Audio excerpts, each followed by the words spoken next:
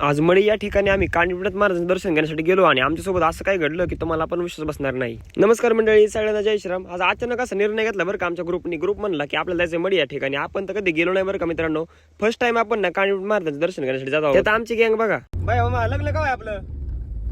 मामा आमचा राहिला वर्षी मामा राहिला पोरगी भेटली पोरगी तुम्हाला कशी पाहिजे, अपेक्षा काय तुमची? कशी का असेल पण मामाला मामी बघा फक्त पोरगी बघा जिवंत.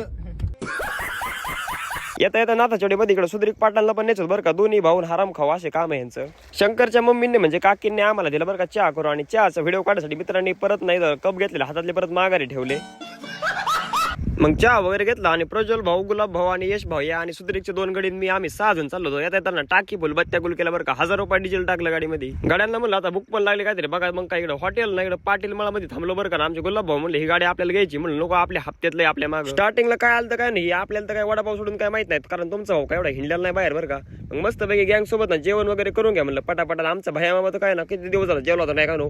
10-20 रोट्या बसवले बा एकट्या माणसाने. आपल्या मागे 7:30 म्हणजे आपल्याला आलो दुखणं बरं का. तरी पण गाड्यांना काय नाही म्हणलं नाही बरं का. गोळ्या खाऊन शेवटी गेलो आपण.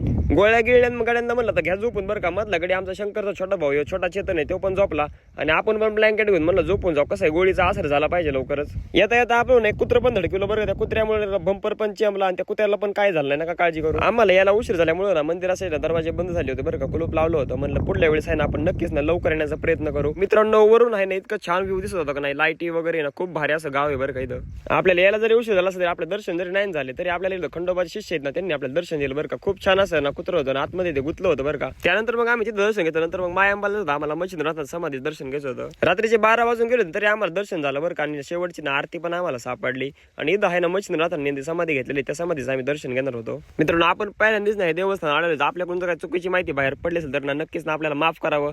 येता हनुमान दादांचं पण दर्शन घेतलं. मग मामाची पोरगी म्हणून मामाच्या पोरीला आणि ताईला नाही हातात घालाय असलं ब्रेसलेट घेतलंय बरं का. आमची गँग काय करत होते, गँग म्हणली चला आता चहाची 90 लावाच लागते. म्हणलं चला मग चहा वगैरे मस्त पैकी घेतला. आणि तिथं ना एक मांजर होतं बरं का, गोंड असतात ते मांजर. तर म्हणलं घेऊनच जाऊ आता, मला लय आवडलं होतं बरं का. आपल्या भाचीला पण आपण घेतले बांडे कुंडे खेळाय. म्हणलं तुला लग्न झाल्यानंतर परत स्वयंपाक करायला अडचण नको. आणि त्यामध्ये आहे ना 100ची नोट पण होती बरं का. त्या बॉक्स मध्ये 3 नोट आता मी घरी गेला मीच घेणार आहे. आणि आता इथं बिटकेवाडीमध्ये ना चांगलंच नाही ऍक्सिडेंट व्हायचा मार्ग आला होता बरं का. मोकार बस्टवाल्यांची भांडणं झाली होती.